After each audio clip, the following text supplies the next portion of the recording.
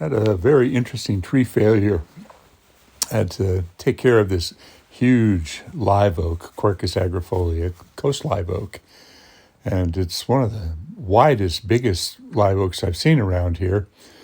But unfortunately, during the more recent windstorms, a huge section of the top of the tree blew out. You can see that big void in the canopy where there's a lot of sunlight coming through. And there's the rip. From here, it doesn't look like it's too big, but that trunk there, the part that split off was about 20 inches across. So it's a pretty significant tree. So Jorge and I did this tree together. Jorge started by getting up to the very top, and here's the wood from the branch that split out. All the brush was cleaned up, but some of these trunks here they're pretty significant. They're probably 20 inches in diameter.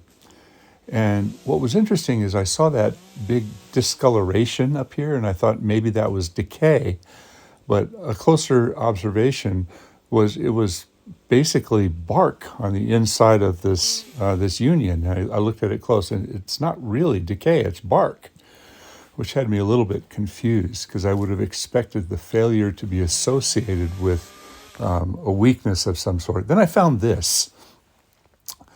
This is more like a ring shake. There was some decay in the middle.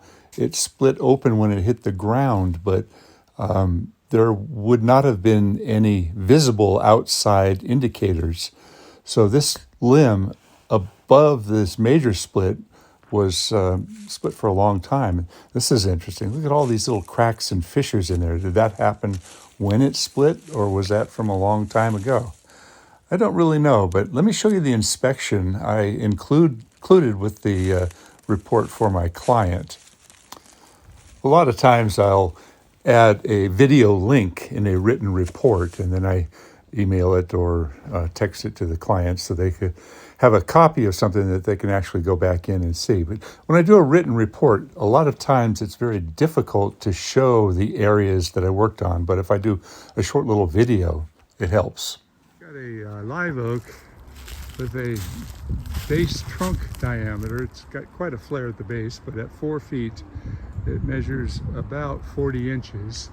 The height of the tree is approximately 50 feet tall, but it has a spread of about 80 feet. It goes over 4 yards, almost 4 yards. The tree had a major split, and the split right here was that entire area up and through there. And you can see the wood that came off of the split. It was a very, very large limb. This one was about 20 inches across. So the remaining portion of the tree, we went up and got some weight out up there, and some weight over there, and some weight down low. It's a tough call. How much do you do to where you reach a point where you start making huge holes up in the tree? I think it's probably good enough, but in a huge windstorm, all bets are off. So I can't say that the tree is absolutely safe, but it is definitely safer. We did a weight reduction all the way around. There's a few areas that we didn't do because Power Company did the weight reduction over here, and there was a low limb on this side down here. There was a big Power Company cut over there, so I didn't do anything of that. I took about 400 pounds of weight off of this limb and this limb over here, which raised it up quite a bit, got it back off the roof. You couldn't see any sky through there when we started. Now it's all nice and open.